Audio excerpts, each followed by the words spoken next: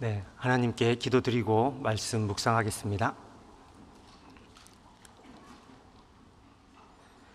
거룩하고 자비로우신 살아계신 우리 아버지 하나님, 우리를 사랑하셔서 십자가 보혈로 구원해 주시고 주님의 교회 안에서 지금까지 기쁨의 교제를 나눌 수 있도록 함께해 주심에 감사를 드립니다. 주님 앞에 너무나 연약하고 부족하지만 주님께서 능력으로 덧입혀 주셔서 주님께서 우리에게 맡겨주신 사명들을 잘 감당해 나갈 수 있도록 인도해 주시옵소서.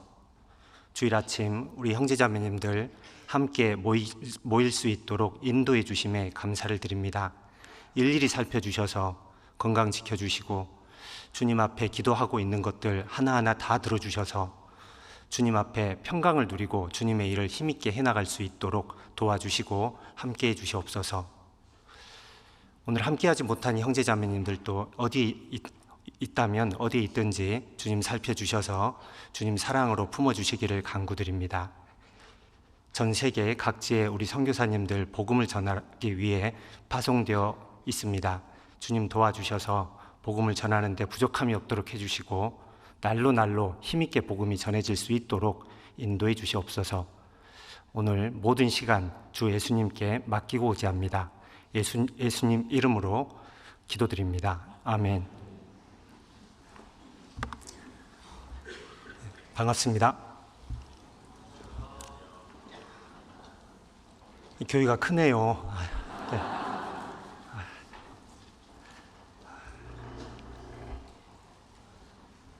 네. 밑에서 소리도 나고. 네. 저는 이렇게 아시는 것처럼 익산에서 이렇게 교제하고 있는 정성수 형제입니다. 제가 전주에는 2010년경에 왔다 갔다 많이 했었어요. 그래서 수요 말씀도 가끔씩 몰래 와서 듣고 가고 그렇게 신앙생활을 했었습니다. 여기 기차를 많이 타고 다니시잖아요. 그 익산에서부터 저 밑에 이렇게 실리까지 기차 이렇게 노선을 이제 복선화하는 공사를 제가 좀 참여를 했었어요. 그래서 상당히 오랫동안 이 지역에 살았었고, 오늘 여기 차 타고 오는데 여기 아중 앞에 모텔들 많이 있잖아요. 저기 모텔에서도 좀 잠도 자고 그렇게 해서 좀 친숙하기도 한 곳이 이 전주입니다. 항상 전주 올 때마다 느꼈던 것은 잔잔하다, 평안하다, 그런 느낌이 들었는데 오늘은 왜 이렇게 힘든지 모르겠네요. 자, 말씀 이렇게 찾아보도록 하겠습니다. 신명기 32장입니다.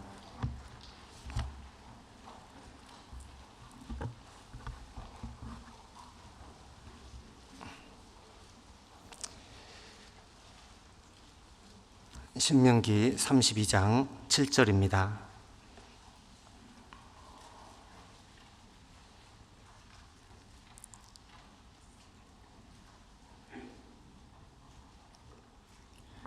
옛날을 기억하라. 역대의 연대를 생각하라. 내 아비에게 물으라. 그가 내게 설명할 것이요 내 어른들에게 물으라. 그들이 내게 이르리로다. 지극히 높으신 자가 열국에 기업을 주실 때, 인종을 분정하실 때에 이스라엘 자손의 수요대로 민족들의 경계를 정하셨도다. 여호와의 분깃은 자기 백성이라. 야곱은 그 택하신 기업이로다. 여호와께서 그를 황무지에서 짐승의 부르짖는 광야에서 만나시고 호위하시며 보호하시며 자기 눈동자같이 지키셨도다. 12절에 여호와께서 홀로 그들을 인도하셨고 함께한 다른 신이 없었도다. 여기 7절에 보면 옛날을 기억하라 이렇게 말씀하셨는데, 이제 11월에서 12월로 금방 넘어갈 것 같잖아요. 그리고 우리가 구원받은 연수가 있기 때문에 옛날을 자꾸 기억하게 되는데, 이제 겨울이 다가오면 더 많은 생각을 하는 것 같습니다. 가을에도 생각을 하는데 겨울이 다가오니까 더 많이 생각을 합니다. 내가 지금까지 어떻게 살아왔을까? 한 해를 어떻게 보냈을까? 이런저런 생각을 해보면 내가 살아온 인생 가운데 하나님의 흔적들이 많이 있구나, 이것을 생각을 해보게 됩니다. 그 흔적들을 이렇게 모아보면 사랑 이렇게 요약이 됩니다. 로마서 11장 36절에 보면 만물이 그에게서 나오고 그로 말미암고 그에게로 돌아가나니 이렇게 되어 있는데, 그에게서 나오고 주에게서 나오는 거죠. 만물이 주에게서 나오는데, 하나님은 사랑이시잖아요. 하나님은 사랑이시니까 사랑에서 시작해서 사랑으로 말미암고 모든 삶의 근원이 되는 것이 하나님의 사랑입니다.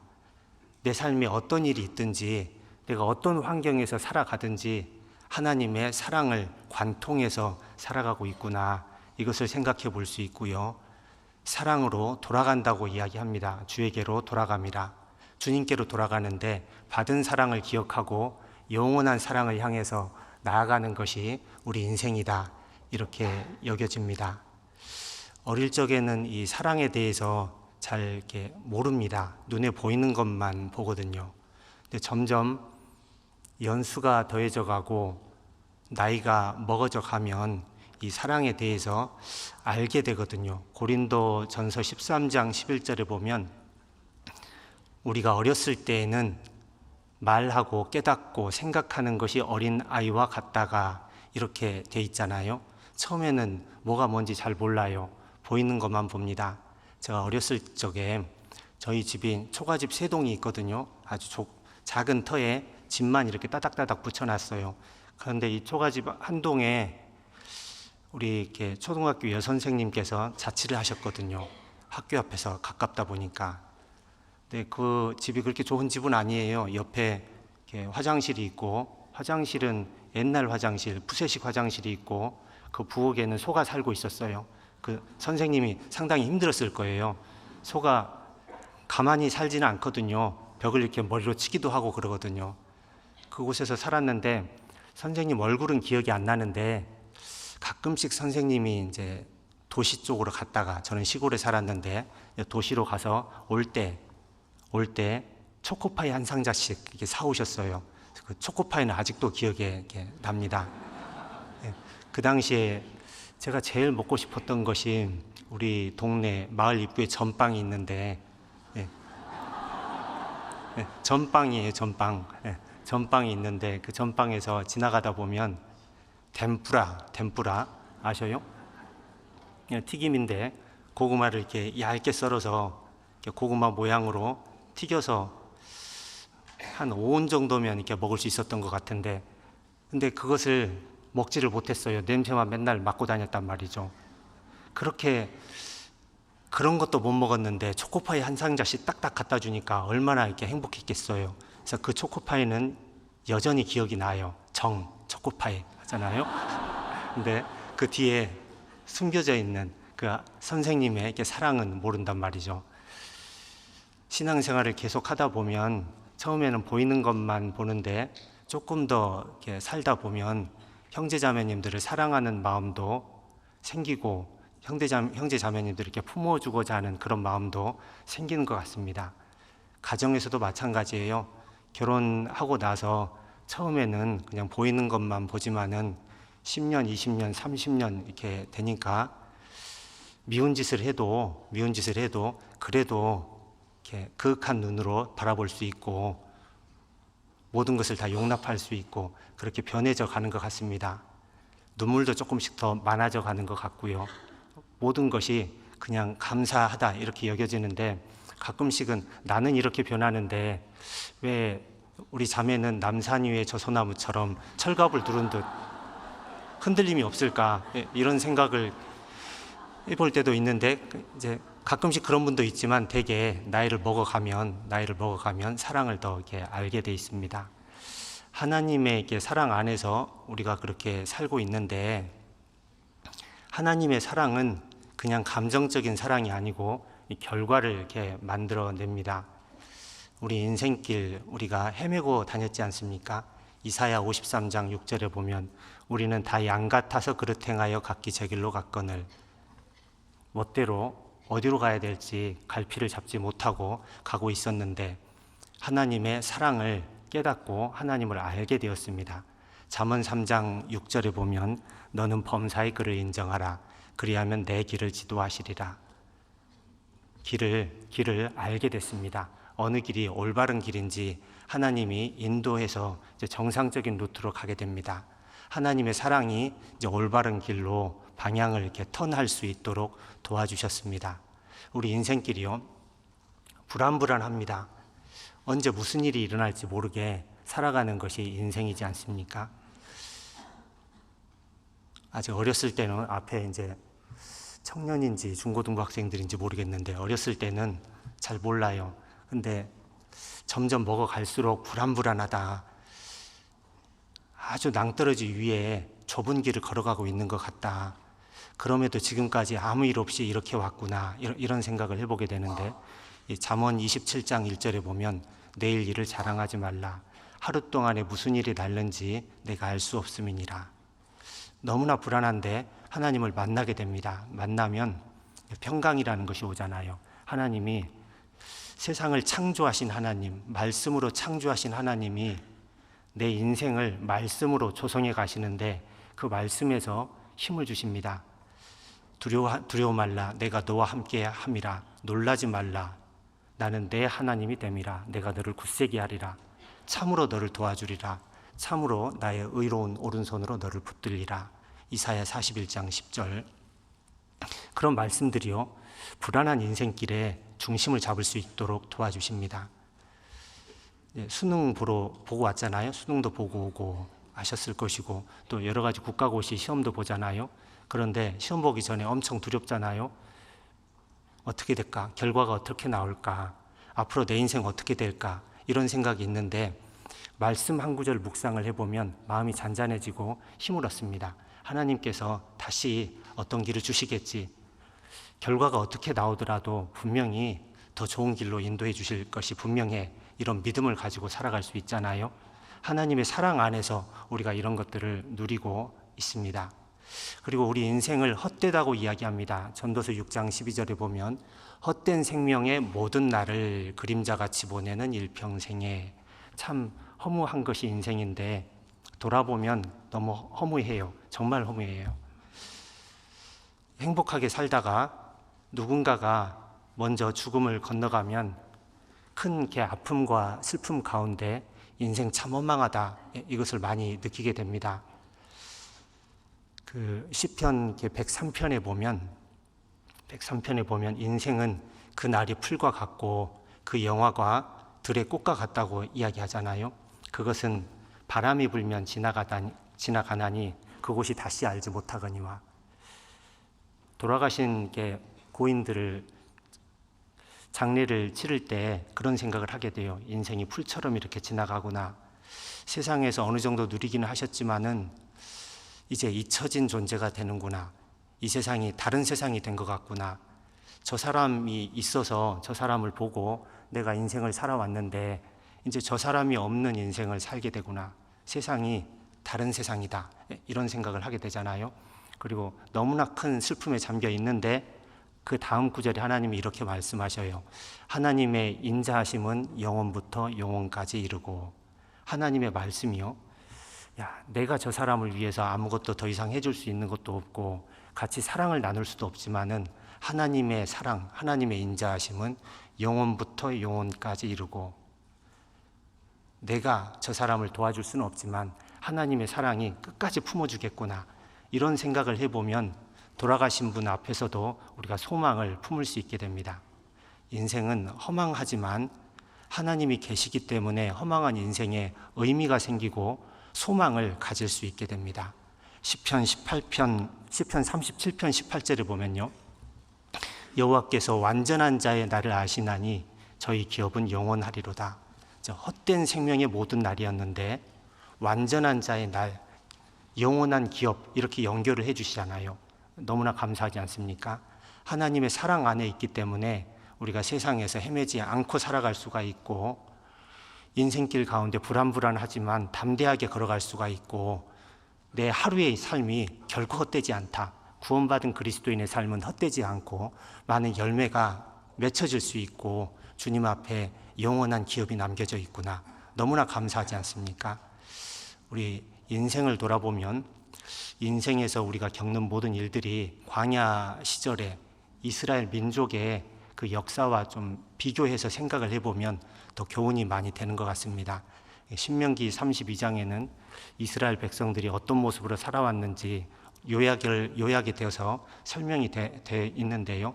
그것을 통해서 조금씩 살펴보려고 합니다. 32장 9절에 보면요. 신명기 32장 9절입니다. 여호와의 분깃은 자기 백성이라 야곱은 그 택하신 기업이로다. 여호와의 분깃은 자기 백성이라 야곱은 그 택하신 기업이로다. 택하신 기업이라고 했습니다. 이 택하신 기업이기 때문에 여기 8절에 보면 지극히 높으신 자가 열국에 기업을 주실 때 인종을 분정하실 때에 이스라엘 자손의 수요대로 민족들의 경계를 정하셨도다. 택하신 기업이기 때문에 민족들의 경계를 정하는데 이스라엘 자손의 수요대로 민족들의 경계를 정하셨다 하셨습니다. 이스라엘 자손의 수요대로 민족들의 경계를 정하셨습니다. 그러니까 세상에 경계를 정하는 데 있어서 하나님의 고려 대상이 무엇이었냐면 이스라엘 자손의 수요대로, 이스라엘 자손이 숫자가 어느 정도 되고 이스라엘 자손이 살아가기에 부족함이 없도록 딱 챙겨 놓으신 상태에서 열국의 경계를 딱 정하시는 겁니다. 이스라엘은 거듭난 그리스도인으로 볼 수가 있잖아요. 내 환경에 왜 이런 일이 있을까? 내 지경이 왜 이렇게 좁은 것 같을까? 그렇게 생각을 할 때도 있지만은 여기 있는 말씀처럼 하나님께서 그리스도인들을 다 알고 있단 말이죠. 우리가 신앙생활 하는데 전혀 부족함이 없도록 경계를 딱 만들어 놓으시고 그 안에서 자유롭게, 주 안에서 자유롭게 살아갈 수 있도록 모든 것을 공급하고 있는 것이 사실일 겁니다. 하나님의 택하신 기업이라고 했는데 아브라함은 모든 세상 사람들 가운데 딱 택함을 받아서 믿음의 조상이 됐지 않습니까? 이 사울이 왕으로 택함을 받을 때 엄청났을 겁니다. 지파별로 1000명씩 불러 모았잖아요. 지파별로 1000명씩 불러 모으고 거기서 제비를 뽑습니다. 베냐민 지파가 선택이 되고 마드리의 자손이 선택이 되고 그리고 기스의 가족에서 사울이 딱 선택이 되잖아요. 기적과 같은 것이고 감당하지 못할 큰 영광이잖아요. 그런 것처럼 우리가 그리스도인으로 이 땅에서 살고 있습니다. 복음을 믿음으로 하나님께 선택받은 사람이 된 것인데 그것이 아무것도 아닌 것이 아니고 너무나 큰 것이고 감당하지 못할 만큼 엄청난 영광이라는 것을 생각해 볼 수 있습니다. 엘리야 시대 때 3년 반 가뭄이 있었습니다. 비가 내리지 않았잖아요. 그때 이제 시돈 땅에 있는 사르밧 과부가 있었잖아요. 엘리야를 그렇게 핍박했던 그 이세벨이라는 그 왕비의 그 여자의 고향에서 살고 있던 그 과부가 택함을 받잖아요. 그래서 엘리야가 그 집에 같이 머물면서 3년 반 동안 비가 오지 않았는데 전혀 지장이 없이 먹고 살 수 있도록 도와주시잖아요. 많은 사람들이 있는데 그 안에서 누군가를 하나님이 딱 택하고 하나님 편으로 속하게 했다. 이것은 너무나 큰 축복이지 않습니까? 우리 인생길에 어려움이 항상 있잖아요. 어려움이 있는데 3년 반 동안 비가 내리지 않는 것처럼 어려움은 있는데 그 어려움 가운데서 하나님이 나를 보고 계셨기 때문에 내가 말씀 가운데로 인도가 됐을 겁니다. 사실 하나님은 모든 사람에게 기회는 주십니다. 모든 사람이 구원을 받으며 진리를 아는 데 이르기를 원하신다고 하셨기 때문에 모든 사람에게 기회를 주시는데 특별히 나 같은 사람이 기회를 얻어서 하나님의 돌보심 가운데 하나님 앞으로 나가게 됐다. 생각을 하면 할수록 너무나 감사한 것 같습니다. 잡아놓고요. 출애굽기 1장 찾아보겠습니다.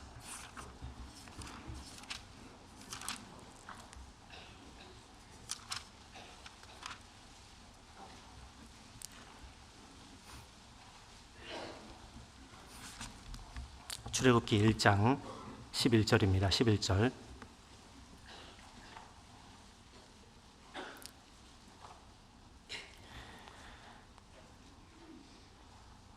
감독들을 그들 위에 세우고 그들에게 무거운 짐을 지워 괴롭게 하여 그들로 바로를 위하여 국고성 비돔과 라암셋을 건축하게 하니라.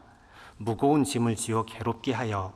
인생길에 이제 무거운 짐을 지고 살아가잖아요. 우리가 중고등부 학생들도 물어보면 짐이 무겁다고 이야기를 하고요. 눈꺼풀도 무거울 뿐 아니라 이렇게 짐도 무거워요. 그리고 우리 청년들도 상당히 짐이 무거워서 결혼도 안 하려고 하는 청년들이 이렇게 많이 있잖아요. 짐을 이렇게 손으로 꼽아서 말할 수 없을 정도로 너무나 많이 눌림을 받고 있다, 이런 생각을 해봅니다. 우리 봉사의 어머니에는 말할 수 없이 엄청난 짐에 눌려서 하루하루 버티면서 살아가고 있고요. 인생의 짐이 크잖아요. 근데 그 큰 짐으로 말미암아 하나님을 보게 되었잖아요. 그래서 이 짐은 하나님을 만나는 도구, 교통수단이다, 이렇게도 이렇게 여겨집니다. 너무나 큰 짐을 지고 있었습니다. 지고 있었는데 하나님께서 보셨잖아요. 보셨습니다. 그리고 여기 짐을 지고 살아가는데 바로를 위하여, 11절에 바로를 위해서 건축하겠다고 이야기하잖아요. 짐을 지고 살아가는데 나를 위해서 짐을 지고 있는 것이 아니고 나한테는 별로 남는 것이 없어요. 일평생 근심하고 수고하는 것이 슬픔뿐이라 결국에 눈물 흘리고 끝나간단 말이죠, 인생이. 그러니까 요 이스라엘 백성들이 노예 생활 하던 것과 우리가 이 땅에서 살아가고 있는 것 거의 비슷한 모습입니다. 분주하게 살아가고는 있지만은 정작 자신을 위해서 뭔가 남기는 것이 하나도 없게 살아가고 있단 말이죠. 그 가운데서 답이 없구나, 인생에 답이 없구나. 열심히 살았는데 남들보다 더 잘 살아보려고 노력을 하고 돈도 벌어보려고 노력을 하고 좋은 직장에도 들어가 보고 거기서도 또 경쟁에서 좀 우위에 서서 진급도 빨리 돼보려고 그렇게 노력을 하고 열심히 달려가는데 여전히 남는 것이 없는 것 같습니다. 그래서 길이 무엇일까, 답이 무엇일까, 이게 찾게 되잖아요. 찾고 하늘을 보게 됩니다. 그럴 때 하나님께서 살펴주시잖아요. 2장 24절입니다. 2장 24절.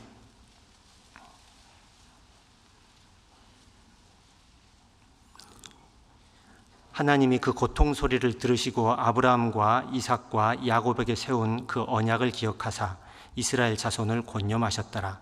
이스라엘 자손을 살펴주셨잖아요. 그 무거운 짐을 지고 힘들어하고 있는 그 백성을 사랑하셨습니다. 이사야 49장 15절에 보면 여인이 어찌 그 젖먹는 자식을 잊겠으며 자기 태에서 난 아들을 긍휼히 여기지 않겠느냐. 그들은 혹시 잊을지라도 나는 너를 잊지 아니할 것이라. 내가 어떤 환경에 있든지 하나님이 결코 잊지 않겠다고, 내버려 두지 않겠다고 그렇게 약속하셨잖아요. 이스라엘 백성이 너무나 힘들게 살고 있었지만 그들을 사랑하는 마음으로 보고 계셨습니다. 스바냐 3장 17절에 그가 너로 인하여 기쁨을 이기지 못하여 하시며 너를 잠잠히 사랑하시며 너로 인하여 즐거이 부르며 기뻐하시리라. 어린 아이를 품에 안고 있는 것처럼 한없이 사랑한단다, 이렇게 말씀하십니다. 그들이 하나님께로 눈을 돌립니다. 눈을 돌리도록 하나님께서 환경을 주셨을 겁니다. 그 환경 가운데 하나님이 기뻐하십니다. 죄인 하나가 돌아오면 엄청 기뻐하신다고 말씀하셨잖아요. 에스겔 33장 11절에 돌이키고 돌이키라, 너희 악한 길에서 떠나라, 어찌하여 죽고자 하느냐. 하나님께서 하나님을 볼 수 있는 마음을 주셨습니다. 제가 빨리 구원 받았으면 참 좋았을 텐데 빨리 구원을 받지 못했어요. 그래서 여기 중고등부 학생들이나 청년들 보면 상당히 이게 부럽습니다. 제가 늙어서 구원을 받았거든요. 그래서 청년회를 들어갈 수가 없었어요. 그래서 너무나 부러워요. 근데 청년회에 들어갈 수 있는 기회가 있었단 말이죠. 기회가 있었는데 보지를 않았어요.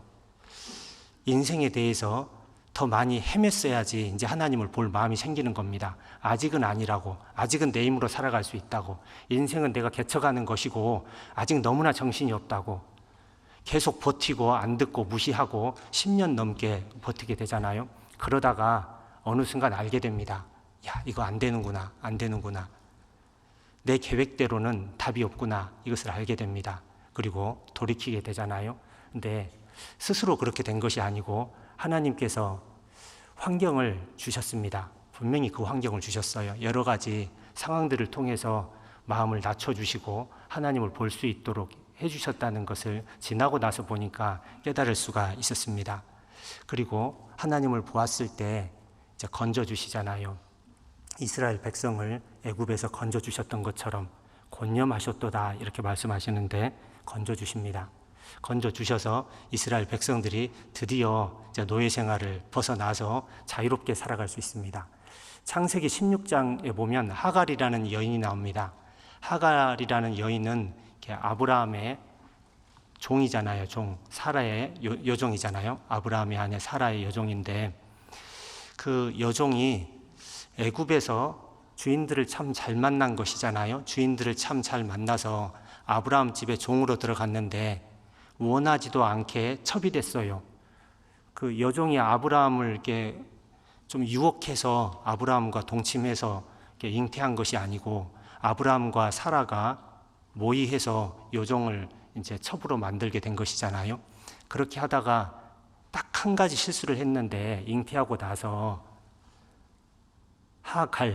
사라를 이게 갈아버렸잖아요. 사라 마음을 갈아버렸어요. 예. 사라 마음을 갈아버리다 보니까 사라가 불편해 여기잖아요. 그래서 이 믿음의 여인 사라가 이 종을 학대를 합니다. 우리가 교회 안에 구원받고 딱 와 보면 믿음의 사람들이 정말로 많아 보여요. 다 천사 같고 집사님들은 엄청나게 거룩할 것 같은데, 그 믿음의 사람들이 가끔씩 학대를 하는 경우도 이렇게 생깁니다.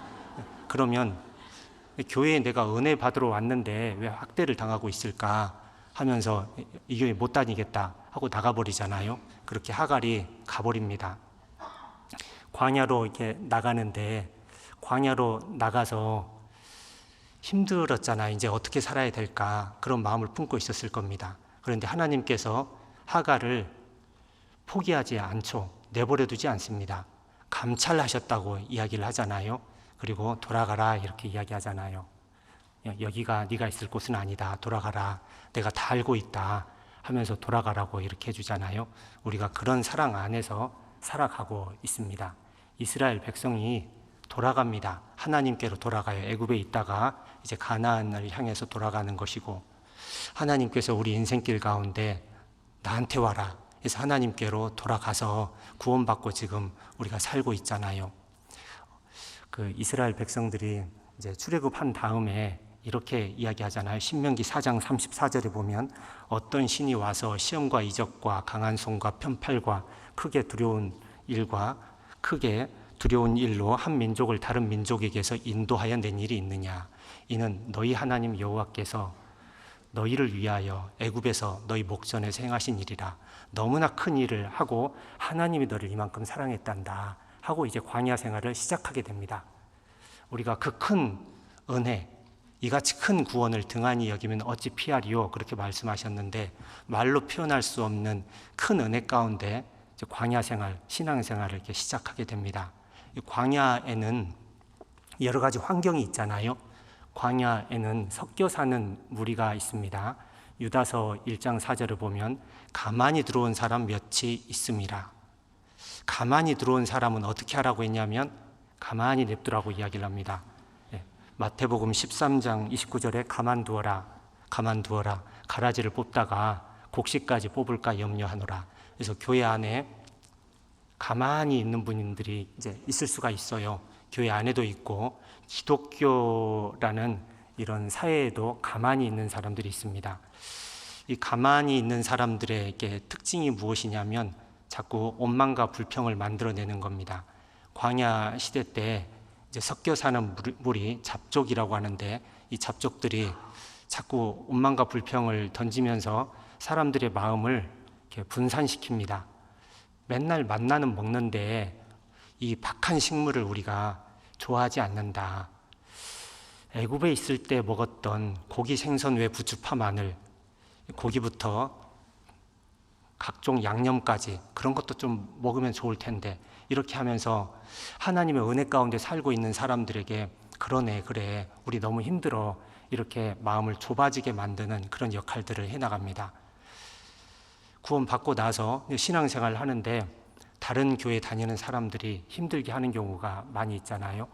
섞여 사는 무리처럼 우리를 흔들려고 이렇게 노력을 많이 합니다.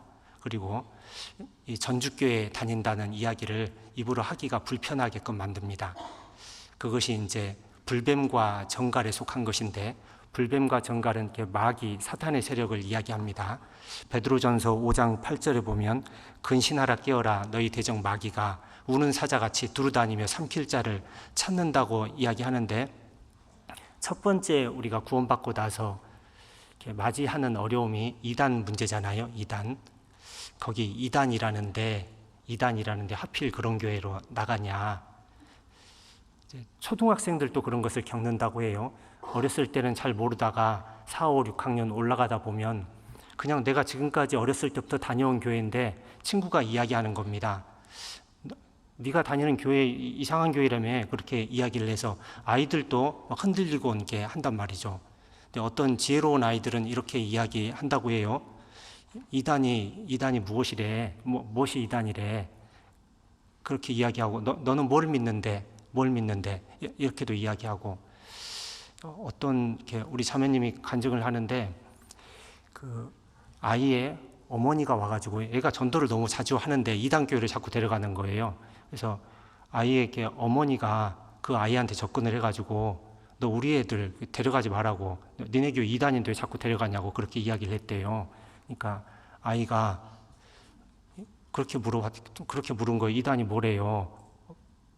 그 어머님께서는 그 하나님에 대해서 믿으세요? 어떻게 믿으세요? 이렇게 무엇을 믿으세요? 이렇게 물어봤대요. 그래서 예수님에 대해서 아세요? 예수님이 무슨 일을 했는데요? 예수님이 십자가에 피 흘려서 모든 사람의 죄를 구원했단다. 이렇게 이야기하니까 나도 그걸 믿는데요. 왜 이단이라고 한대요? 이렇게 이야기를 했대요. 네, 참 똑똑한 게 아이잖아요. 그러니까 아이들도 이단 시비에 이제 휘말릴 수가 있기 때문에 이제 유초등부 아이들이라고 대충 놓지 말고요. 항상 교육을 시키는 것이 필요하겠다. 이런 생각도 듭니다. 그리고 또 여러 가지 핍박이 있잖아요. 교제에 안착하는데도 핍박들이 있잖아요. 가정에서 신앙생활 못하게 한다거나 전도하는데도 어려움이 있잖아요. 우는 사자가 두루다니며 삼킬 자를 찾는다고 했는데 계속해서 평안하게 순탄하게 신앙생활을 하는 것을 막는 그런 세력들이 있다는 겁니다. 그리고 아말렉 족속이 있잖아요. 뒤떨어져서 가고 있으면 친다고 이야기를 했습니다. 육신의 소욕이 있어서 말씀대로 온전히 순종하지 못하고 적당히 뒤에서 따라만 가고 있는데 점점 세상적인 마음이 커져가잖아요. 마귀가 틈을 타고 들어와서 항상 경계선상에 있는 자기를 보잖아요. 내가 그리스도인인지 세상 사람인지 구분이 안 가고 그렇게 계속 살다 보면 내가 구원을 받은 것인지 안 받은 것인지 그것도 막 헷갈려서 수양회 때 와가지고 구원 확신 상담을 받으려고 하고 그런 데까지 이렇게 되잖아요. 신앙생활 하는데 여러 가지 환경들이 있는데 그 환경 가운데 광야 생활 가운데 하나님의 인도하심이 있습니다. 신명기 32장 보겠습니다.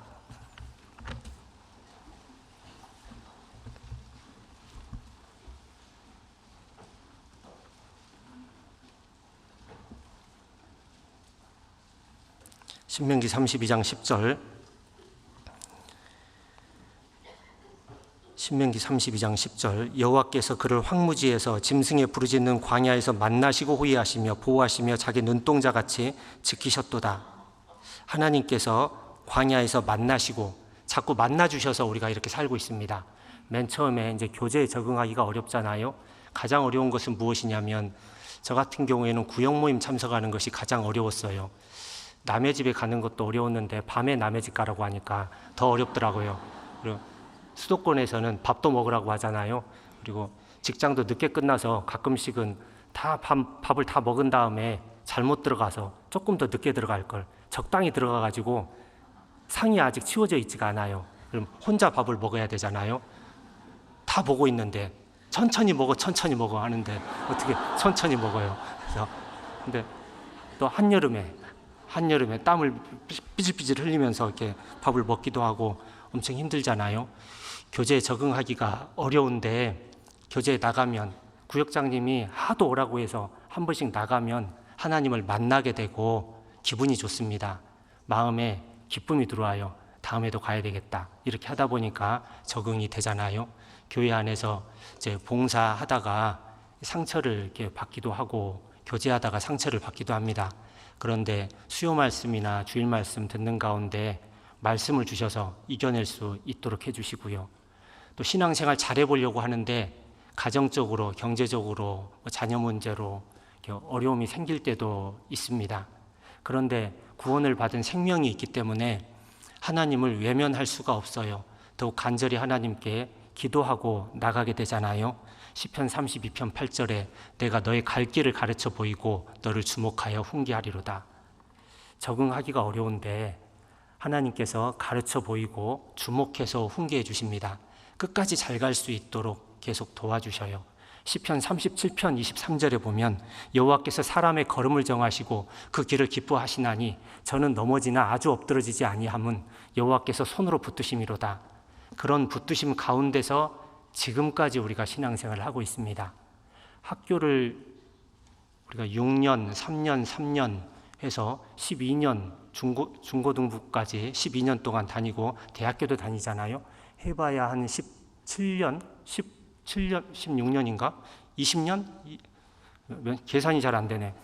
하여간 얼마 길지 않아요. 10몇 년 된단 말이죠. 교육기관에서 교육받는 기간이. 근데 신앙생활은 30년, 40년 이렇게 신앙생활을 한단 말이죠. 쉬운 일이 아니거든요. 학교 40년간 다니라고 하면 다니겠습니까? 못 다니잖아요. 불가능하잖아요. 근데 신앙생활은 40년, 50년 하는데도 재밌어요. 재밌고 기쁨이 되고 계속 자원하는 마음으로 충성되이 살아간단 말이죠. 어떻게 그렇게 할 수 있을까? 사람의 육신의 소욕으로는 그것이 안 되는 겁니다. 여호와께서 손으로 붙드심이로다. 하나님께서 붙들어 주셔서 이 광야 생활 가운데 살아갈 수 있는 겁니다.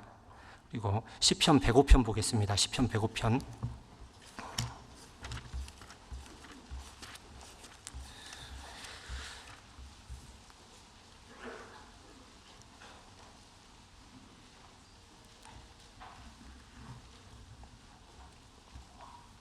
시편 105편 39절입니다. 39절. 시편 105편 39절. 여호와께서 구름을 펴사 덮개를 삼으시고 밤에 불로 밝히셨으며, 구름을 펴사 덮개를 삼으시고 밤에 불로 밝히셨다고 이야기합니다. 구름 기둥과 불 기둥으로 광야 생활을 이렇게 인도해 가는데 시편 74편 16절에 보면 낮도 주의 것이요 밤도 주의 것이라. 시편 17편 8절에는 나를 눈동자같이 지키시고 주의 날개그늘 아래 감추사. 낮도 주의 것이고 밤도 주의 것이라. 낮에 사는 사람이 있고 밤에 사는 사람이 있단 말이죠. 신앙생활을 하는데 항상 낮에 살고 싶은데, 밝은 곳에서 살고 싶은데, 아무런 문제가 없이 순탄하게 즐겁게 주님을 찬송하고 살고 싶은데 왜 나는 계속 밤일까? 이렇게 여겨지는 경우도 있거든요. 저 형제님은 항상 낮에 사는 것 같은데 나는 하루하루가 밤일까? 신앙생활 열심히 하고 하나님 의지하고 살아가는데, 그런데 낮도 주의 것이요 밤도 주의 것이라 이렇게 이야기하잖아요. 구름기둥, 불기둥으로 계속 하나님이 보살펴 주시는 것이 있습니다. 계속 하나님이 인도하신다는 것은 밤이든 낮이든 하나님께서 동행해 주신다는 것이거든요. 형통한 날에는 기뻐하고 공고한 날에는 생각하라. 형통한 날도 있고 공고한 날도 있는 것이고, 나는 빛도 짓고 어둠도 창조하고 평안도 짓고 환난도 창조하나니, 내가 어떤 환경에 있든지 하나님이 함께하고 계신 것은 맞거든요. 그래서 계속 갈 수가 있습니다. 요한계시록 2장 1절에 보면 오른손에 7별을 붙잡고 7금 촛대 사이에 다니시는 이, 7별을 붙잡고 7금 촛대 사이에 다니시는 이, 7별을 이제 일꾼이라고 하는데 한 사람 한 사람의 그리스도인을 붙잡고 있는 것이 하나님의 손입니다. 그리고 하나님이 교회 가운데 두루 다니시면서 살펴주시는 것이잖아요. 우리와 함께하고 계십니다. 고린도후서 6장 16절에 내가 저희 가운데 거하며 두루 행하여, 거하고 두루 행한다고 말씀하시잖아요. 우리 가운데 거하고 두루 행하십니다. 성경의 말씀은 여전히 그대로 옛날부터 지금까지 그대로 말씀대로 하나님이 행하고 계셔요. 그러니까 이 교회 가운데 거듭난 그리스도인들의 무리 가운데 하나님이 거하고 두루 행하시는 것은 분명한 이렇게 사실입니다. 그 안에서 내가 살고 있다. 너무나 감사하지 않습니까? 그러니까 좀 돌아보면 하나님이 나와 함께 동행했던 흔적들, 하나님이 구름기둥, 불기둥으로 인도하셨던 흔적들이, 그 사랑의 흔적들이 각자의 삶 가운데 분명히 있을 겁니다. 다시 39절 다시 보겠습니다. 39절. 여호와께서 구름을 펴사 덮개를 삼으시고 밤에 불로 밝히셨으며 그들이 구한즉 매출하기로 오게 하시며 또 하늘 양식으로 그들을 만족해 하셨도다. 반석을 가르신즉 물이 흘러나서 마른 땅에 강같이 흘렀으니 매출하기로 오게 하시며 하늘 양식으로 만족해 하시고 물이 흘러서 강같이 흐르게 해주셨습니다. 이 광야 생활을 하는데 눈으로 보면 아무것도 없잖아요. 아무것도 없는데 불뱀과 정갈만 보이고 물도 보이지 않는데 부족함이 없도록 공급해 주십니다. 시편 23편 4절에 보면 여호와는 나의 목자시니 내가 부족함이 없으리로다. 부족함이 없다고 간증을 하잖아요. 어떠십니까? 지금까지 살아오셨는데 부족함이 있든가요, 없든가요? 부족함이 없어요. 보면 부족함은 없는데 부족하다고 여깁니다. 99%가 부족하지 않는데 1% 때문에 우리가 부족하다고 여기고 살아가잖아요. 베드로후서 1장 3절에 보면 그의 신기한 능력으로 생명과 경건에 속한 모든 것을 주셨다 말씀하십니다. 각양 좋은 은사와 온전한 선물이 위에서부터 내려온다고 말씀하시잖아요. 하나님은 한없이 공급해 주고 계십니다. 메추라기, 고기, 물을 공급해 주셨던 것처럼 지금도 우리에게 부족함이 없도록 공급해 주고 계셔요. 기도하고 생각해 보면 왜 이렇게 나는 아무것도 없습니까? 왜 이렇게 즐길 수도 없고 누릴 수도 없고 이렇게 답답하게 살게 하십니까? 하는데 의외로 가지고 있는 것이 많아요. 네가 가진 것 중에 받지 않은 것이 무엇이냐 이렇게 말씀하시잖아요. 하나님께서 주셔서 누리고 있는 것들이 정말로 많다는 것을 생각해 볼 수 있습니다. 그리고 영양을 이제 계속 공급해 주시잖아요. 이사야 25장 6절에 보면 이 산에서 만민을 위하여 기름진 것과 오래 저장하였던 포도주로 연회를 베푸신다고 이야기하시는데 교제할 때마다 형제자매님들 만날 때마다 말씀이 공급이 되고 기쁘게 하는, 마음을 기쁘게 하는 성령의 역사가 분명히 있습니다. 성령님께서 교회를 통해서 강처럼 흘러가시잖아요. 성령의 역사가 흘러가잖아요. 교회에서 행해지는 모든 행사에 참여하는 가운데 그 물맛을 맛보게 되는 것이잖아요. 요한복음 7장 38절에 나를 믿는 자는 성경의 이름과 같이 그 배에서 생수의 강이 흘러나리라.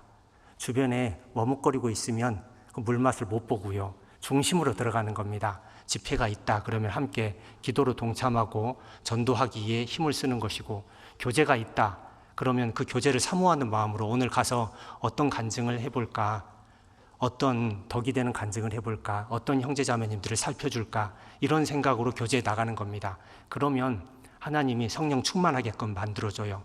근데 왜 계속 광야에 있는 것 같을까?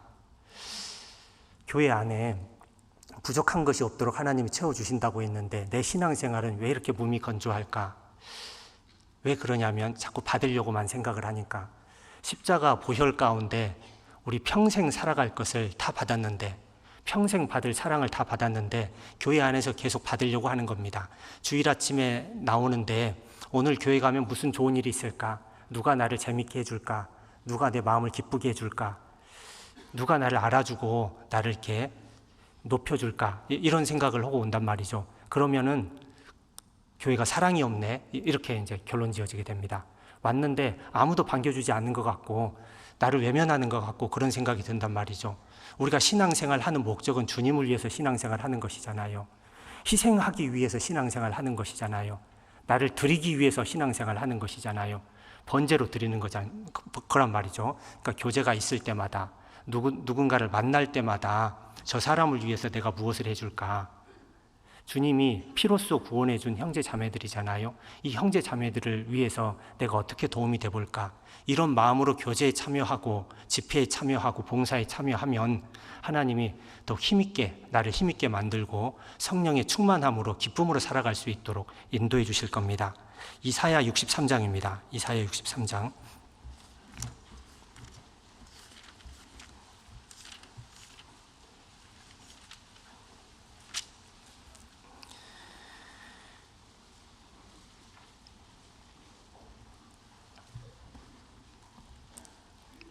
이사야 63장 7절에 내가 여호와께서 우리에게 베푸신 모든 자비와 그 찬송을 말하며 그 긍휼을 따라 그 많은 자비를 따라 이스라엘 집에 베푸신 큰 은총을 말하리라. 우리 간증이 이와 같지 않습니까? 여호와께서 우리에게 베푸신 모든 자비, 여호와께서 내게 베풀어 주신 사랑을 내가 말하겠습니다. 하나님을 이렇게 찬송하고 싶습니다. 내가 받은 은총에 대해서 이야기하렵니다. 이렇게 우리가 간증을 합니다. 8절에 보면 여호와께서 말씀하시되 그들은 실로 나의 백성이요 거짓을 행치 아니하는 자녀라 하시고 그들의 구원자가 되사 이렇게 말씀하시는데, 실로 나의 백성이요, 하나님의 백성으로서의 자격이 없는데 백성을 삼아 주셨습니다. 온통 묻어있는 것이 너무나 많은데, 구원받은 다음에도 하나님의 뜻대로 살아가지 못할 때가 많이 있는데 거짓을 행치 아니하는 자녀라고 받아주십니다. 그 은혜 가운데 우리가 살지 않습니까? 이렇게 구원해 주셨습니다. 구원해 주시고 살아가는데 9절입니다. 그들의 모든 환난에 동참하사 자기 앞에 사자로 그들을 구원하시며 그 사랑과 그 긍휼로 그들을 구속하시고 애적 모든 날에 그들을 드시며 안으셨으나, 동참하시고 구원하시고 구속해 주시고 들어서 안아주시고, 이렇게 광야 생활 가운데 주님의 사랑으로 인도해 주고 있는 것이 분명하잖아요. 돌아보면 그렇습니다. 돌아보면 1년을 돌아보십시오. 1년을 돌아보십시오. 내가 어떻게 살아왔는지 돌아보면 내 마음은 하나님 앞에 내어놓을 수 없을 정도로 죄송스럽지만, 내 행동들, 내 삶은 하나님 앞에 부족하기가 말로 표현할 수가 없지만은, 나를 인도해 주신 하나님의 사랑은 정말로 컸구나. 지금까지 나를 바라보고 내게 모든 것을 공급해 주시고 더 잘 살아보라고 하나님이 계속 권면해 주고 계시구나. 이것을 생각해 볼 수 있습니다. 다시 신명기서 찾아보겠습니다. 신명기 32장입니다. 신명기 32장 9절입니다. 9절. 여호와의 분깃은 자기 백성이라 야곱은 그 택하신 기업이로다. 여호와께서 그를 황무지에서 짐승의 부르짖는 광야에서 만나시고 호위하시며 보호하시며 자기 눈동자같이 지키셨도다. 이렇게 보호를 해주십니다. 믿음으로 구원받게 하고 보호를 해주십니다. 그래서 지금까지 살고 있어요. 근데 보호만 해주신 것이 아니고 훈련도 있죠. 11절에 마치 독수리가 그 보금자리를 어지럽게 하며 그 새끼 위에 너풀거리며 그 날개를 펴서 새끼를 받으며 그 날개 위에 그것을 엎는 것 같이 여호와께서 홀로 그들을 인도하셨고 함께한 다른 신이 없었도다. 훈련도 있습니다. 훈련도. 아이를 키우는데 보호만 해주면 아이가 정상적으로 자랄 수가 없잖아요. 세상에서 홀로 설 수 있도록 훈련을 시켜야 되는 것이잖아요. 성경을 기록하신 목적은 구원받게 하고 하나님의 사람으로 온전케 하고 모든 선한 일을 행하기에 온전케 하도록 하는 것이 성경의 목적이잖아요. 광야 생활의 목적이 있습니다. 신명기 8장에 보면 낮추신다고 말씀하셨습니다. 낮추시고 인생의 답이 무엇이냐면 말씀대로 순종하는 것이 답이다. 이것을 알게 해주십니다. 자기 생각대로 해봐라. 네 생각대로 해봐라. 어디 답이 나오는지 해봐라. 네가 원하는 대로 결과가 나오는지 봐라. 이렇게 알려주십니다. 자꾸 시행착오를 겪게 하시고 역시 말씀이구나. 말씀에 순종하는 것이 답이구나. 이것을 깨닫게 합니다. 궁극적으로는 복을 주도록 하기 위해서, 복을 얻도록 하기 위해서 광야 생활을 허락했다. 이렇게 말씀하십니다. 훈련은 이게 필수라고 많은 사도들도 이야기를 합니다. 베드로전서 1장 7절에 보면 너희 믿음의 시련이 불로 연단하여도 없어질 금보다 더 귀하다.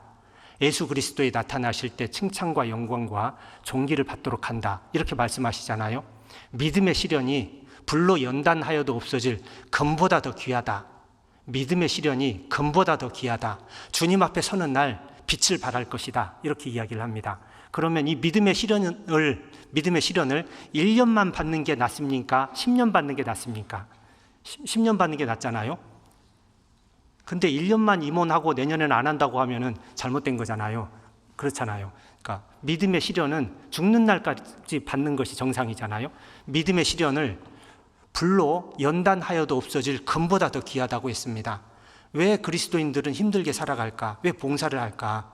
제가 처음에 이제 구원받고 나서 늙어서 구원을 받았기 때문에 이 교회에 대해서 전혀 아는 것이 없었어요. 아는 것이 없어서 봉사하는 것이 상당히 낯설었습니다. 주차 봉사를 하라고 자꾸 오라고 하는데, 교구장님이 문자 보내고 오라고 하는데 추운 날 오라고 하는 거예요.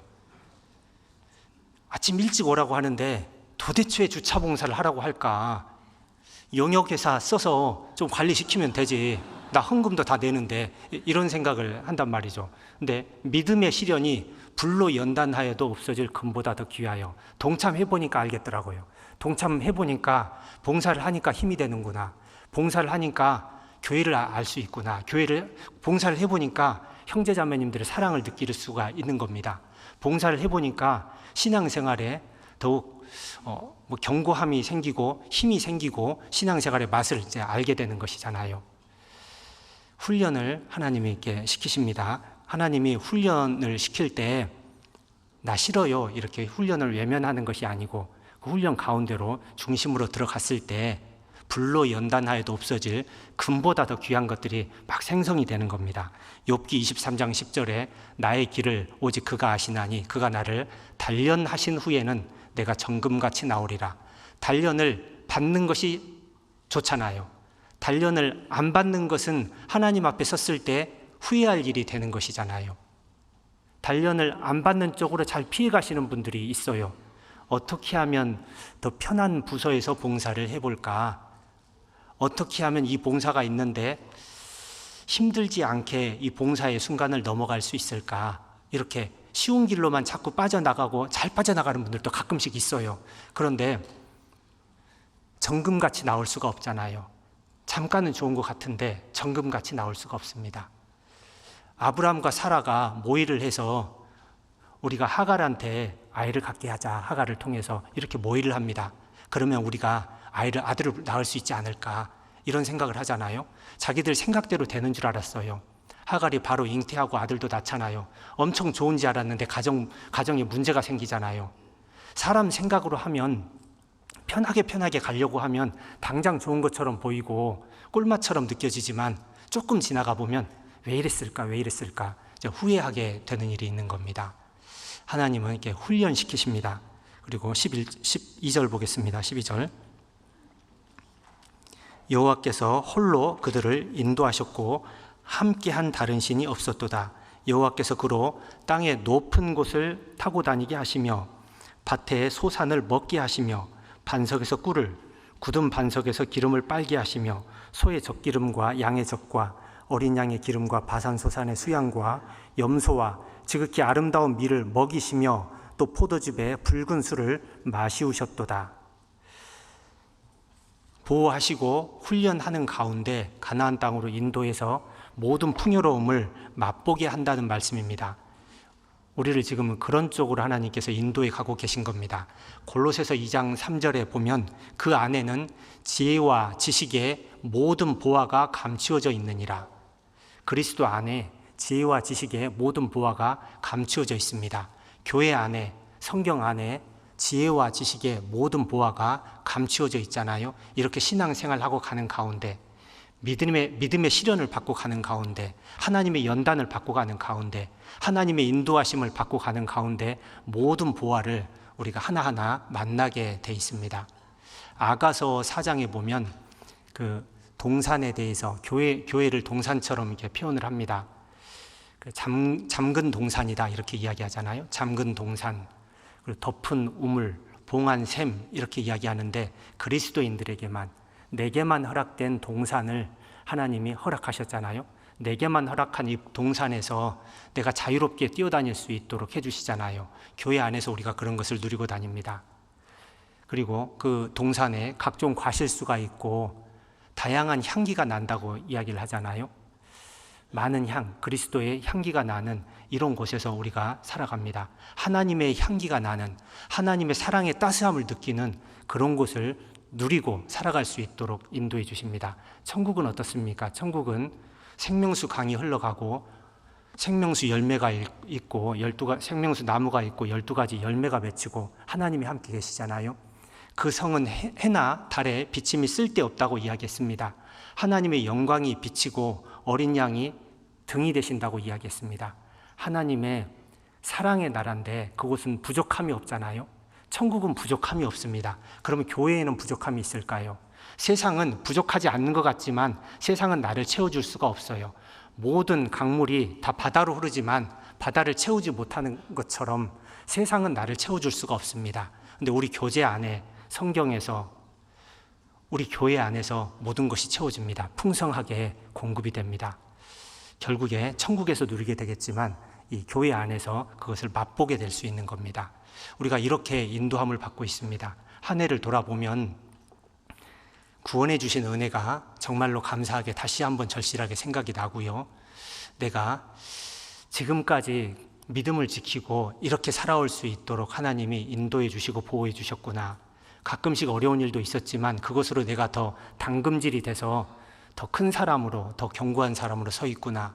그리고 지금 내가 누리고 있는 이 순간, 이 형제자매님들하고 교제를 하고 있고 세상에서도 그리스도인으로서 이렇게 살아갈 수 있도록 하나님이 환경을 주시고 이 모든 것이 너무나 감사하다. 이런 생각이 들지 않습니까?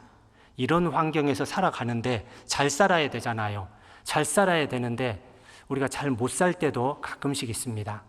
여기 32장에 15절입니다. 32장 15절. 32장 15절. 그러한데 여수르니 살찜에 발로 찼도다. 내가 살찌고 부대하고 윤택함에 자기를 지으신 하나님을 버리며 자기를 구원하신 반석을 경홀히 여겼도다. 이제 이스라엘 백성에게 광야 생활에 하나님께서 모든 사랑으로 인도해 주시고 훈련도 시켜주시고 좋은 곳으로 데려간단 말이죠. 그런데 잊어먹어 버리잖아요. 잊어먹고 하나님은 반대편에 서게 됩니다. 하나님 마음을 아프게 하고 하나님이 인상을 찌푸리게 그렇게 만들잖아요. 시편 106편입니다. 시편 106편.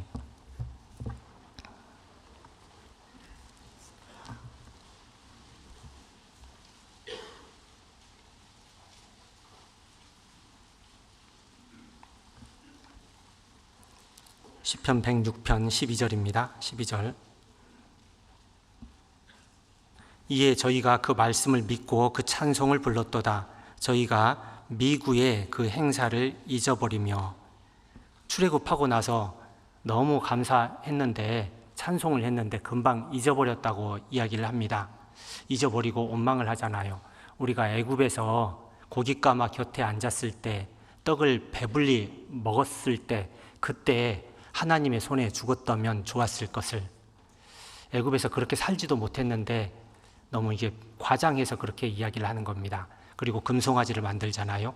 이스라엘이여, 이는 너희를 애굽에서 인도하여 낸 너희 신이라.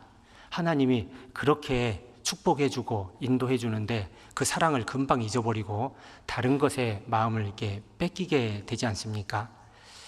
가나안 땅 앞에 서서도 하나님의 약속을 믿지 못합니다. 여기 24절에 보면 24절, 저희가 낙토를 멸시하며 그 말씀을 믿지 아니하고 하나님이 주시고자 약속한 그 약속의 땅을 불신합니다. 멸시합니다. 가데스 바디아에서 우리가 이 애굽에서 죽었거나 이 광야에서 죽었다면 좋았을 것을, 우리는 저 거인들과 비교해 보면 우리는 메뚜기 같다. 우리는 불가능해. 차라리 여기서 죽는 것이 낫겠다. 그리고 한 장관을 세우고 애굽으로 돌아가자. 구원을 받고 신앙생활하면서 자꾸 세상을 보는 겁니다.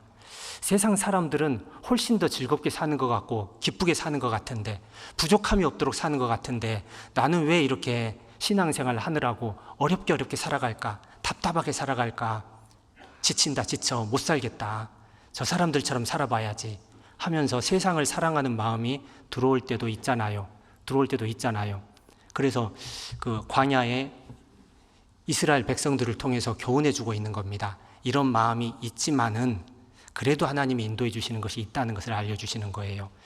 하나님께서 그들에게 깨닫게 해주십니다. 그들이 다른 것을 찾고 다녔지만 그것이 소용이 없다는 것을 알려주십니다. 신명기 32장 보겠습니다. 신명기 32장.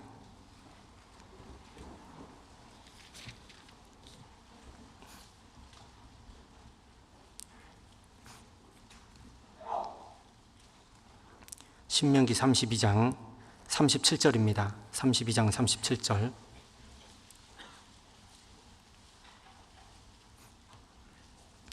여호와의 말씀에 그들의 신들이 어디 있으며 그들의 피하던 반석이 어디 있느냐. 그들의 희생의 고기를 먹던 것들, 전제의 술을 마시던 것들로 일어나서 너희를 돕게 하라. 너희의 보장이 되게 하라. 이제는 나 곧 내가 그인 줄 알라. 그들이 하나님께 불순종하고 멀리 갔을 때 징계를 주잖아요. 징계를 내려서 하나님이 계신 것, 그들이 의지하고 그들의 생각대로 가려고 했던 것이 잘못됐다는 것을 알게 합니다. 히브리서 12장 6절에 보면 주께서 그 사랑하시는 자를 징계하시고 그의 받으시는 아들마다 채찍질 하신다고 말씀하셨잖아요. 징계를 합니다. 징계를 하는 이유가 무엇이냐면 의의 평강한 열매를 맺도록 하기 위해서 알게 하십니다. 안 되는구나. 하나님만이 우리를 인도해주고 보호해주실 수 있는 분이구나. 이렇게 깨달을 수 있도록 사랑으로 품어주시는 겁니다. 우리가 그 사랑 안에 있습니다. 하나님이 구원해주시고 인도하시고 훈련시키고 하고 있지만 그 가운데도 우리가 가끔씩 불순종하기도 합니다. 그렇지만 하나님께서 불순종한 우리를 다시 돌이킬 수 있도록 상황을 만들어 주셔서 여전히 하나님을 보고 살아갈 수 있도록 계속 품고 있습니다. 그래서 신명기 33장에 보면요, 33장 3절입니다.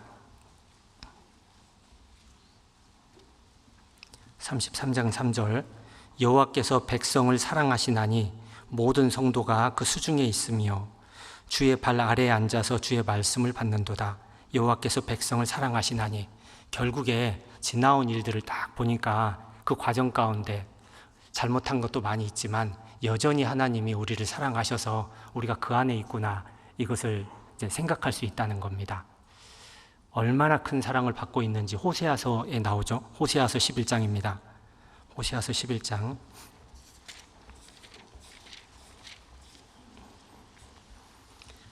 구약성경 1266페이지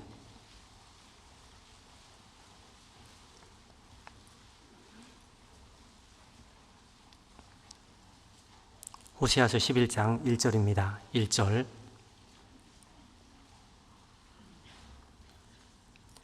이스라엘의 어렸을 때에 내가 사랑하여 내 아들을 애굽에서 불러내었거늘, 이렇게 불러주셨습니다.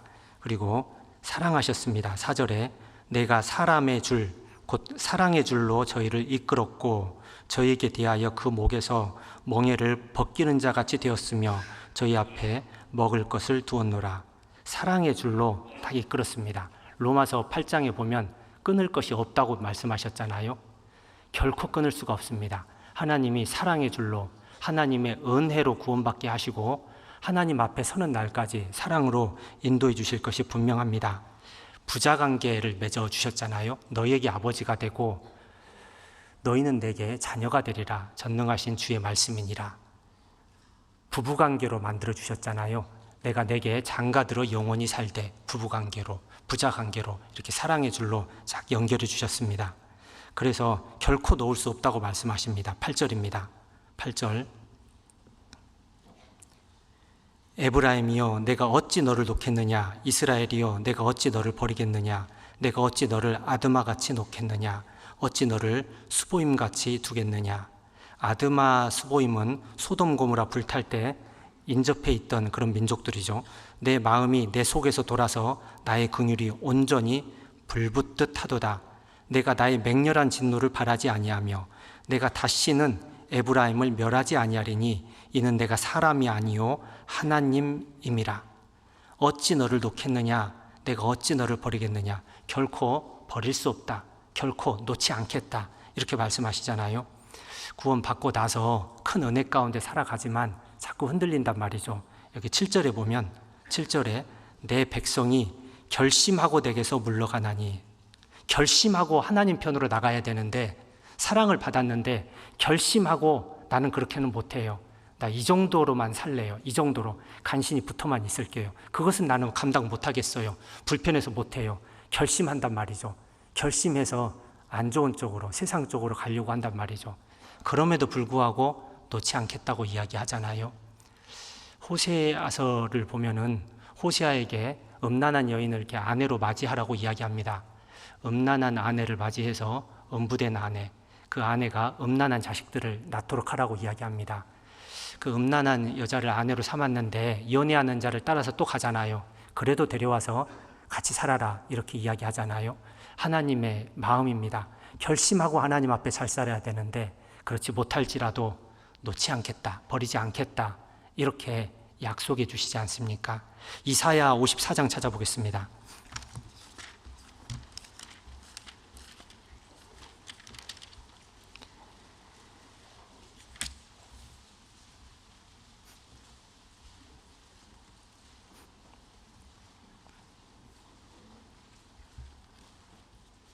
이사야 54장 8절입니다. 8절. 내가 넘치는 진노로 내 얼굴을 내게서 잠시 가리웠으나 영원한 자비로 너를 긍휼히 여기리라. 내 구속자 여호와의 말이니라. 영원한 자비로 긍휼히 여기신다 하셨습니다. 9절에 이는 노아의 홍수에 비하리로다. 내가 다시는 노아의 홍수로 땅 위에 범람치 않게 하리라 맹세하신 것 같이 내가 다시는 너를 노하지 아니하며 다시는 너를 책망하지 아니하기로 맹세하였노니 산들은 떠나며 작은 산들은 옮길지라도 나의 인자는 내게서 떠나지 아니하며 화평케 하는 나의 언약은 옮기지 아니하리라. 너를 긍휼히 여기는 여호와의 말이니라. 절대로 옮기지 않겠다 약속하십니다. 이사야 53장은 예수님 이야기가 나오잖아요. 예수님이 우리 죄를 구속해 주신 것, 그것에 대한 이야기가 나옵니다. 구원받을 복음이 들어있고요. 이사야 54장에는 복음을 믿은 사람을 절대로 하나님께서 절대로 버리지 않겠다. 하나님의 약속 그대로 끝까지 지켜서 천국에서 영원한 기업을 누릴 수 있도록 하겠다. 이런 약속이 들어있잖아요. 주님의 약속은 변함이 없습니다. 주님의 사랑도 변함이 없습니다. 이 사랑을 우리가 받고 살아가고 있습니다. 연말에 돌아봐야 되잖아요. 하나님의 사랑이 얼마나 큰지 돌아보고 내 삶이 어느 정도 수준인지 거기에 어느 정도 부합한 삶을 살고 있는지 돌아보고 다시 결심하는 그런 시간을 가지면 좋겠어요. 내 삶에 버려야 될 것이 무엇일까? 하나님 마음을 불편하게 하는 것이 무엇이 있을까? 마태복음 11장에 보면 내가 저희를 향하여 피리를 불어도 춤추지 아니하고 애곡하여도 가슴을 치지 아니하였다. 이렇게 이야기하는데 하나님은 반복적으로 성령으로 인도해 주신단 말이죠. 여러 가지 환경으로 더 잘 살아보라고, 주님 오실 날이 가까웠다고, 주님 앞에 서는 날, 그날 어떤 모습으로 설지 좀 생각 좀 해보라고, 그날에 큰 위로를 받고 영광 가운데 서야 되지 않겠냐고 이렇게 자꾸 이야기하시잖아요. 반응이 없으면 안 되잖아요. 반응이 너무나 사랑이 큰데 반응이 없으면 안 되잖아요. 하나님에게 사랑을 한 4가지 정도로 구분을 해보면 하나님의 사랑은 너무나 진실된 사랑이다, 이렇게 생각할 수 있습니다. 사람이 누군가를 사랑한다고 했을 때 그 사랑은 잘 몰라요. 그러니까 어떤 그 봉사의 형제님들은 자매님 볼 때마다 여보 사랑해 사랑해 이렇게 이야기한답니다. 근데 자꾸 사랑해, 매일매일 사랑해 사랑해 하는데 그 자매님이 듣기는 자범처럼 들린다고 이야기를 해요. 왜 이렇게 좋은 이야기를 하는데 왜 백색 소음이 됐을까? 잡음이 됐을까? 전혀 반응이 없어요. 왜 그러냐면 행함으로 뭘 보여줘야죠. 진실됨이 없는 겁니다. 근데 하나님이 우리를 사랑하시는 게 사랑은 그렇지 않다고 이야기하잖아요. 요한 1서 3장입니다.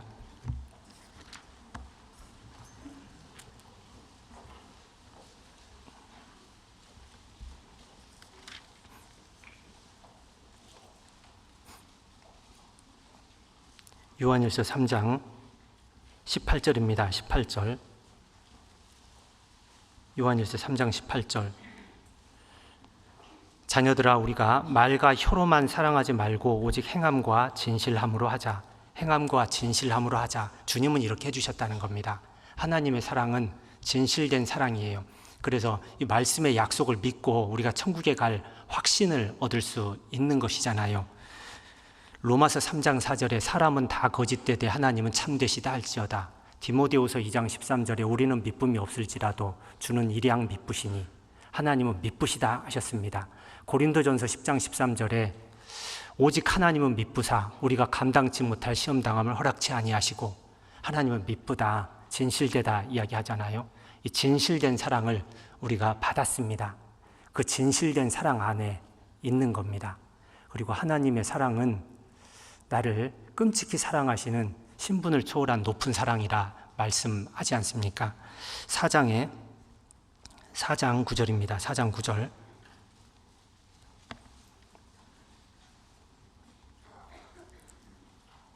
4장 9절입니다. 하나님의 사랑이 우리에게 이렇게 나타난 바 되었으니 하나님이 자기의 독생자를 세상에 보내심은 저로 말미암아 우리를 살리려 하심이니라. 독생자를 세상에 보내셨습니다.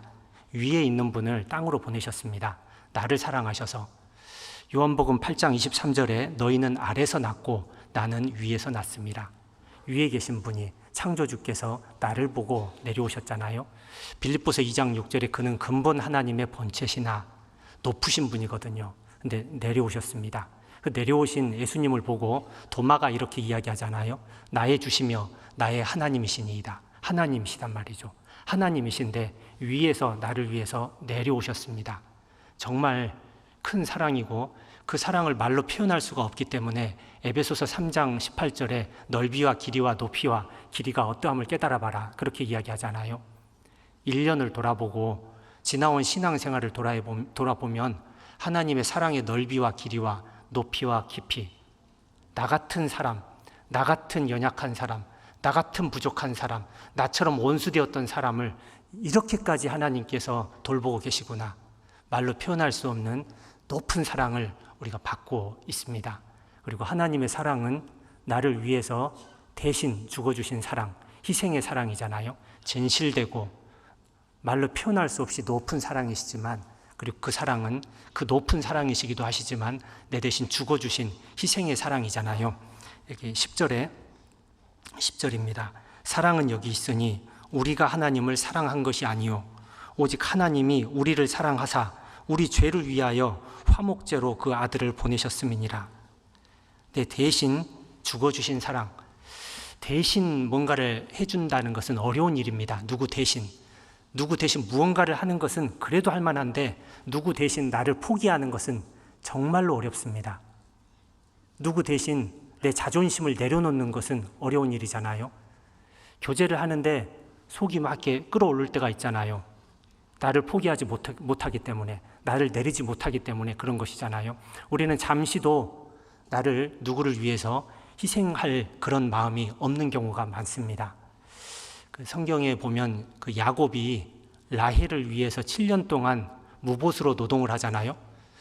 7년 동안 아내를 얻기 위해서 무봇으로 노동을 합니다. 그것을 사랑이라고 이야기하는데 주님은 나를 대신해서 죽어주기도 했습니다. 잘 생각해 보세요. 그 별거 아닌 것 같지만요. 여기 결혼하신 봉사의 형제님들 있잖아요. 라반과 같은 장인어른을 만난 거예요. 결혼을 딱 하러 갔는데 내 공장에 와서 7년 동안 머슴으로 살아. 그러면 내가 내 딸을 줄게. 이렇게 이야기하는 겁니다. 그러면 지금 자매님이 옆에 있을까요? 없을까요? 그래도 옆에 내 자매가 있을 거야. 이렇게 생각하시는 분 손 한번 들어볼래요? 아무도 못 드네.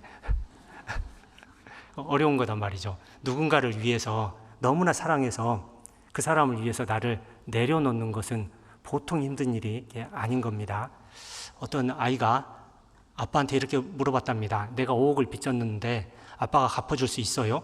이렇게 이제 성경 강의를 많이 듣다 보니까 그런 질문을 하는 겁니다. 갚아줄 수 있어요? 아빠가 돈 없지만 이렇게 이야기를 하죠.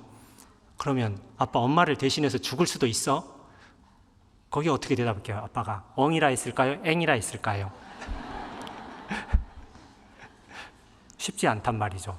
평생 같이 살아도 대신 죽어주기는 죽어질 것 같은데 막상 닥쳐보면 어렵단 말이죠. 근데 하나님은 나 같은 사람을 위해서, 주님은 나 같은 사람을 위해서 대신 죽어주셨잖아요. 고린도후서 5장 14절에 그리스도의 사랑이 우리를 강권하시는도다. 한 사람이 모든 사람을 대신하여 죽었은즉, 대신 죽었다 말씀하시잖아요. 대신 죽었다는 말의 그 크기, 그 사랑, 생각을 하고 묵상을 하면 할수록 감당하기가 어렵습니다. 예수는 우리 범죄함을 위하여 내어줌이 되고, 요한복음 15장 13절에 사람이 친구를 위하여 자기 목숨을 버리면 이에서 더 큰 사랑이 없다고 했는데 우리는 친구가 아니잖아요. 하나님의 친구가 아니었고 원수였잖아요. 원수. 로마서 5장 7절에 보면 의인을 위하여 죽는 자가 쉽지 않고 선인을 위하여 혹 용감히 죽는 자가 있거니와 우리가 아직 죄인 되었을 때 우리가 죄인 되었을 때 구원해 주셨잖아요. 그 큰 희생에 대해서 그 큰 희생을 받고 하루를 살아가고 있습니다. 너무나 감사하지 않습니까?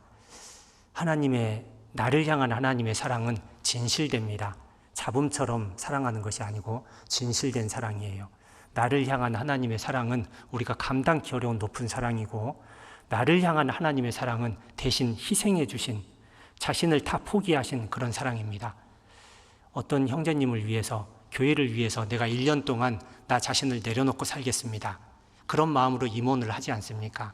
그런 마음으로 임원을 하는데 하는 도중에 자꾸 마음이 올라와서 잘 안 되는 경우가 많이 있잖아요. 어려운 일인데 영원히 나를 위해서 자신을 버려주신 그 큰 사랑, 희생의 사랑을 우리가 지금도 받고 있습니다. 그 사랑 안에서 살고 있습니다.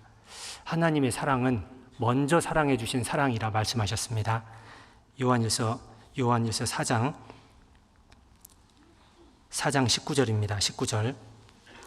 요한일서 4장 19절. 우리가 사랑함은 그가 먼저 우리를 사랑하셨습니다. 먼저 사랑해 주셨습니다.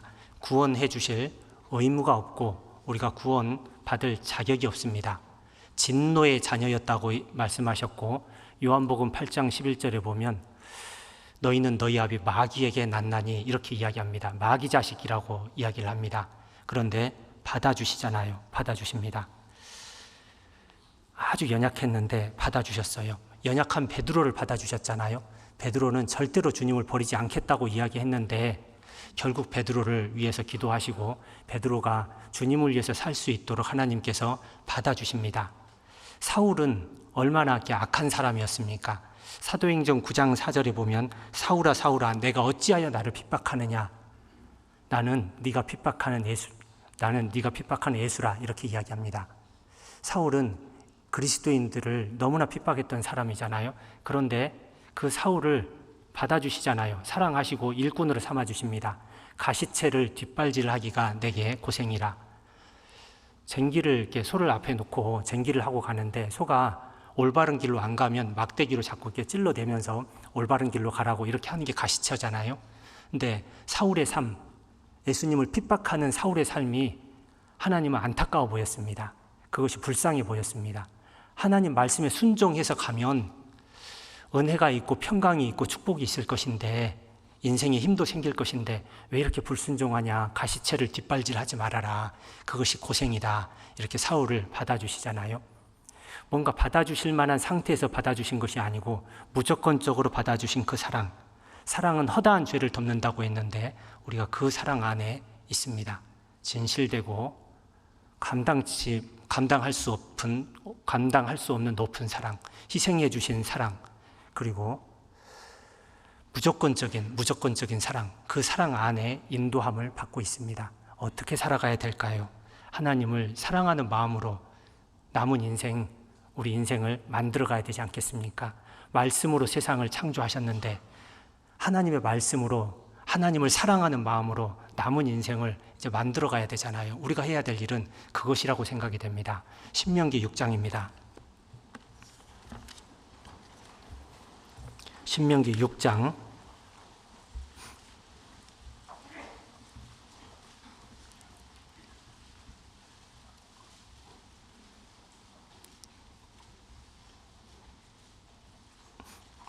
신명기 6장 4절입니다. 4절.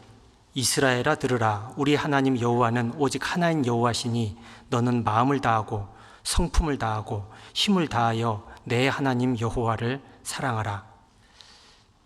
하나님의 사랑을 받았으니까 우리가 사랑하면 그가 먼저 사랑하셨습니다. 먼저 받은 사랑 가운데 있기 때문에 사랑하는 것은 마땅한 것이잖아요. 10장 보겠습니다. 10장, 신명기 10장 12절, 10장 12절입니다. 이스라엘아, 내 하나님 여호와께서 내게 요구하는 것이 무엇이냐?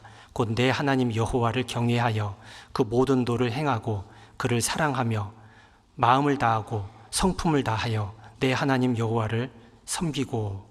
하나님을 사랑하고 섬기라. 다시 강조합니다. 11장입니다. 11장 1절입니다. 1절. 그런즉 내 하나님 여호와를 사랑하여 그 직임과 법도와 규례와 명령을 항상 지키라. 여호와를 사랑해라. 13절입니다. 11장 13절. 내가 오늘날 너희에게 명하는 나의 명령을 너희가 만일 청종하고 너희의 하나님 여호와를 사랑하여 마음을 다하고 성품을 다하여 섬기면, 반복적으로 사랑하라고 이야기합니다. 32절입니다. 22절입니다. 22절. 11장 22절. 너희가 만일 내가 너희에게 명하는 이 모든 명령을 잘 지켜 행하여 너희 하나님 여호와를 사랑하고, 사랑하라 하잖아요. 어려운 일이 아니에요. 11장 26절입니다.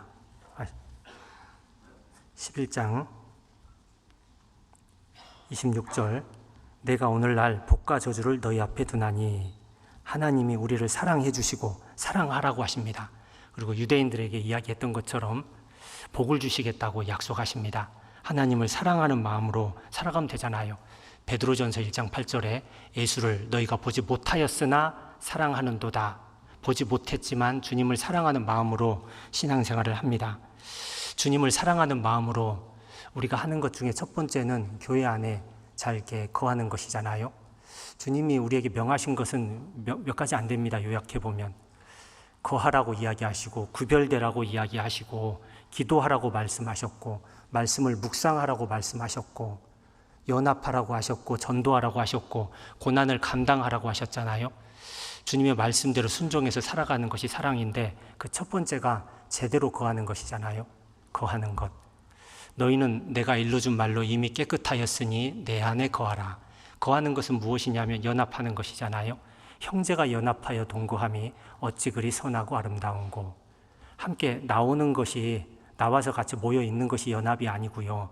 마음이 하나가 되는 것이 연합이잖아요. 아모스 3장 3절에 두 사람이 의합지 못하고야 어찌 동행하겠으며, 뜻이 하나가 되는 것이잖아요. 근데 사람의 뜻이 하나가 돼요? 사람의 뜻이 하나가 되기가 어렵잖아요. 어려운데 그 어려운 일을 하기 위해서 노력하는 겁니다. 의합하려고, 구역이 서로 하나가 되고, 청년회가 하나가 되고, 어머니가 하나가 되고, 같은 뜻을 좇아서 교회 안에서 주님께서 목표를 정해주시잖아요. 지금 올해는 우리 교회는 이렇게 가야 돼요. 하나님이 인도하심 가운데 교회 목표가 정해집니다. 그 목표 가운데 모든 부서가 각자가 뜻을 합해서 나가는 겁니다. 이것이 연합이지 않습니까? 연합할 때 주님께서 일하십니다. 다윗은 큰 소원이 있지는 않았어요. 아주 작은 소원이 있었습니다. 거하고 연합하는 것, 그것이 다윗의 소원이었잖아요. 시편 27편입니다. 시편 27편.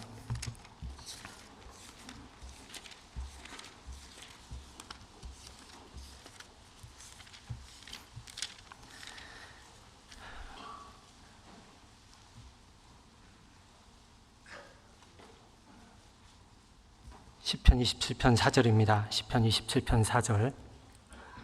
내가 여호와께 청하였던 한 가지 일 곧 그것을 구하리니 곧 나로 내 생전에 여호와의 집에 거하여 여호와의 아름다움을 앙망하며 그 전에서 사모하게 하실 것이라. 나로 내 생전에 우리는 영원히 주님 안에서 살 수가 없습니다. 제한이 돼 있어요. 하나님이 허락하신 시간이 얼마 남았는지 아무도 모르잖아요. 하나님이 허락하신 이 땅에서의 시간들, 순간순간들, 하루하루는 정말로 귀합니다. 그래서 다윗은 내 생전에, 하나님이 나를 살게 해주실 때까지는 내 생전에 여호와의 집에 거하여, 요 안에 거하는 것이 삶의 목표입니다. 목표. 사람이 어떻게 하면 하루를 잘 보내냐면, 거할 때 거하면 그 하루는 성공한 겁니다. 교제에 나오는 것을 대충 여기시면 안 돼요. 모임에 나가는 것은 작은 일이 아닙니다. 그것이 우리 삶의 목적이 되는 것이 맞습니다. 여호와의 집에 거하여, 이 땅에 살 것이 그거밖에 뭐가 있어요. 여호와의 집에 거하여 그 안에서 모여서 여호와의 아름다움을 앙망하며, 하나님께서 우리 가운데 이렇게 일하시는구나, 참 감사하다. 하나님이 이렇게 힘있게 역사하시는구나, 살이 떨리네, 닭살이 돋네. 와, 하나님이 이렇게 하시니 너무나 감사하고, 우리도 하나님 이렇게 일하는데 나도 힘을 같이 보태봐야 되겠다, 이런 마음을 먹잖아요. 거하여 그의 아름다움을 앙망하며. 형제자매님들의 얼굴을 보면서 좋아합니다. 형제자매님들을 이렇게 만들어 놓으신 분이 하나님이시잖아요. 전주교회를 이렇게 만들어 놓으신 분이 하나님이잖아요. 그거 말고 할 것이 없잖아요. 그러니까 주일날 여기 나온 것은 잘한 것이고 옆에 계신 형제자매님들 얼굴 보고 좋아하는 것도 무척 잘하는 거예요. 여호와의 아름다움을 앙망하며 그 안에서 사모하게 하실 것이라. 그리고 내게 하나님이 맡기실 일이 있다면은 무엇이든지 최선을 다해서 해보겠습니다. 나를 받아주십시오. 내가 주님께 드릴 수 있도록 기회를 허락해 주시옵소서. 그런 마음으로 살아가는 거잖아요. 다윗의 소원, 아주 간단한 것 같지만 이만큼만 살면 주님 앞에 갔을 때 우리가 큰 칭찬을 받을 수 있을 것이라고 생각이 됩니다. 교회 안에서 행해지는 모든 수고들은 다 은혜라고 생각이 됩니다. 마게도냐 교회가 이제 헌금을 하잖아요. 헌금을 하는데 그것을 은혜라고 표현을 하잖아요. 은혜라고. 근데 헌금만이 은혜가 아니고, 헌금은 내가 내는 것인데 왜 은혜일까? 이제 하나님 앞에 가보면 그럴 기회가 있다는 것은 은혜로 보는 것이 맞겠다, 이렇게 묵상이 됩니다. 그러니까 교회 안에서 조금이라도 나를 불편하게 만드는 것이 있다면 그것은 하나님이 주신 은혜다. 주님을 사모하게 하는 한 도구구나, 이렇게 여기면 교회 안에 생겨지는 모든 것들이 너무나 감사할 겁니다. 세상에서 그리스도인답게 살아가느라고 핍박을 이렇게 받잖아요. 불편함을 이렇게 무릅쓰고 살아갑니다. 제한적으로 살아갑니다. 더 좋은 회사 갈 수도 있는데 적당한 회사 가서 신앙생활 할 때도 있고요. 얼른 진급할 수 있는데 진급하지 않고 신앙생활 할 때도 있고요. 주님을 섬기는 것이잖아요. 그렇게 살아가는 사람은 너무나 잘 사는 사람이잖아요. 우리가 이 땅에서 남은 인생 살아가는데 무엇에다 목적을 두고 살아갑니까? 돈이 많은 것을 보는 것도 아니고, 세상에서 목에 힘주고 살아가는 것도 우리가 바라보는 것이 아니고, 교제 가운데 즐거움을 누리고 주님을 위해서 작은 것이라도 할 수 있다면 그것을 하는 것, 그것이 우리 삶의 목적이지 않겠습니까? 큰 사랑을 받았습니다. 주님께서 사랑하라고 이야기하십니다. 사랑해라. 주님의 사랑을 받고 있습니다. 남은 인생 주님을 사랑하는 마음으로 말씀에 순종하고 교회 안에서 맡겨진 일을 감당하면서 이 교회를 세우고 복음을 전하는 일을 더욱 힘있게 해나가시면 좋겠습니다. 기도하겠습니다. 자비로우신 아버지 하나님, 오늘 광야 시절에 이스라엘의 역사를 통해서 우리 삶을 돌아보는 시간을 가졌습니다. 처음부터 끝까지 하나님 베풀어 주신 사랑이 정말로 큰데, 그 큰 사랑을 기억함으로 하나님의 사랑에 합당한 모습으로 살아가는 우리 각자가 될 수 있도록 인도해 주시옵소서. 많이 연약하고 부족하지만 주님께서 채워주셔서 주님의 능력으로 주님의 일을 행할 수 있도록 도와주시고, 지금까지 전주교회와 주님께서 함께 하셔서 복음의 역사가 힘있게 나타났던 것처럼 주님 오시는 그날까지 감사함과 즐거움으로 힘있게 복음을 전하고 주님께 영광 올려드리는 우리 형제자매님들 되게 도와주시옵소서. 다음 주에 있을 이번 주에 있을 은장의 집회도 함께 하셔서 많은 영혼들이 인도되고 구원받는 큰 역사가 나타날 수 있도록 도와주시옵소서. 주 예수님 이름으로 기도드렸습니다. 아멘. 찬송가 400